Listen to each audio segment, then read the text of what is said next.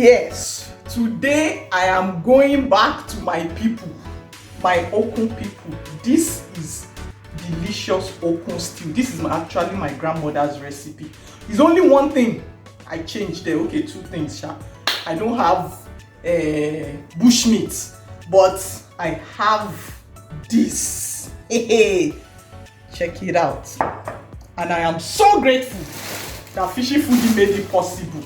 This is exactly the type of fish my grandma used to use. So thank you for helping me to do my grandma's recipe. So let me show you my Okun stew. Call one. For starters, tomatoes. We're going to blend tomatoes. Okay, let me start blending the tomatoes first. If I pile up everything, it will be too much. So let me start batch by batch. Oh, let me add water.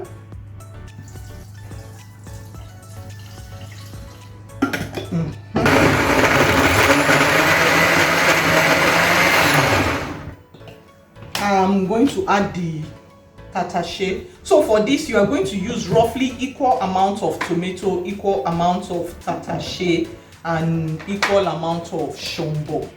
Then this is the difference. I said normally my grandma will use red rodo, but I'm using yellow rodo.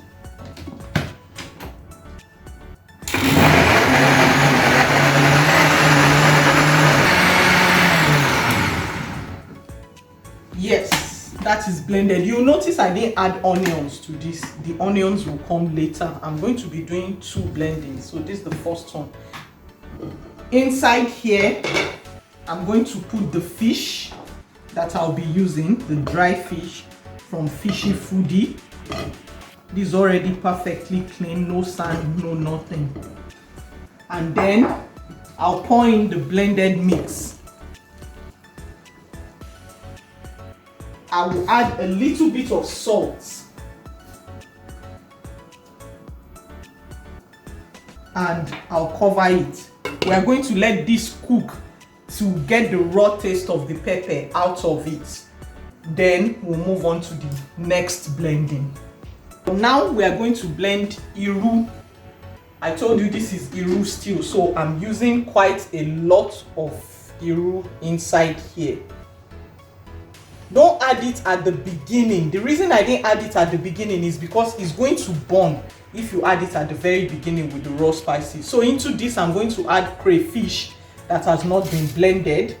Then this is where the onions come in. You can see that's quite a lot of onions. And into this, I'll also add ginger. That's everything. Then add water, cover, and blend.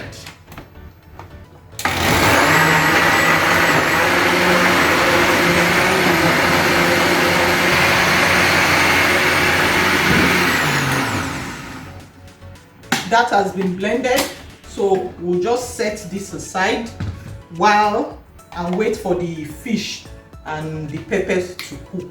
Yeah, this is already bubbling and the raw smell is gone.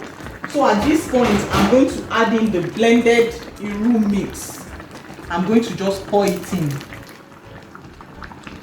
I'm going to add local spice. This local spice is made of stockfish and some, or you just use your own basic seasoning generally. Then this is pepper soup spice, and to this I'll add a little bit of vegetable oil and palm oil. Normally my grandma uses only palm oil, but I'm going to add a little. I'm mixing the two for this. Yeah, you can see that is already splashing.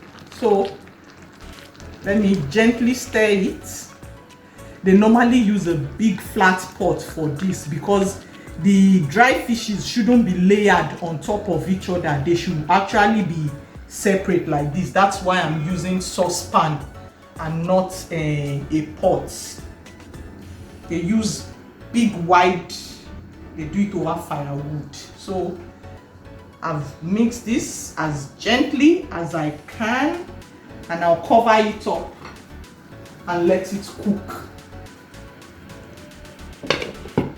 Once it's cooked, is done. You see, fast and sharp. I'll see you when it's ready. Yes, my stew is ready, but remaining one more thing to add. Let me reduce the fire before opening it. Yeah, look at that.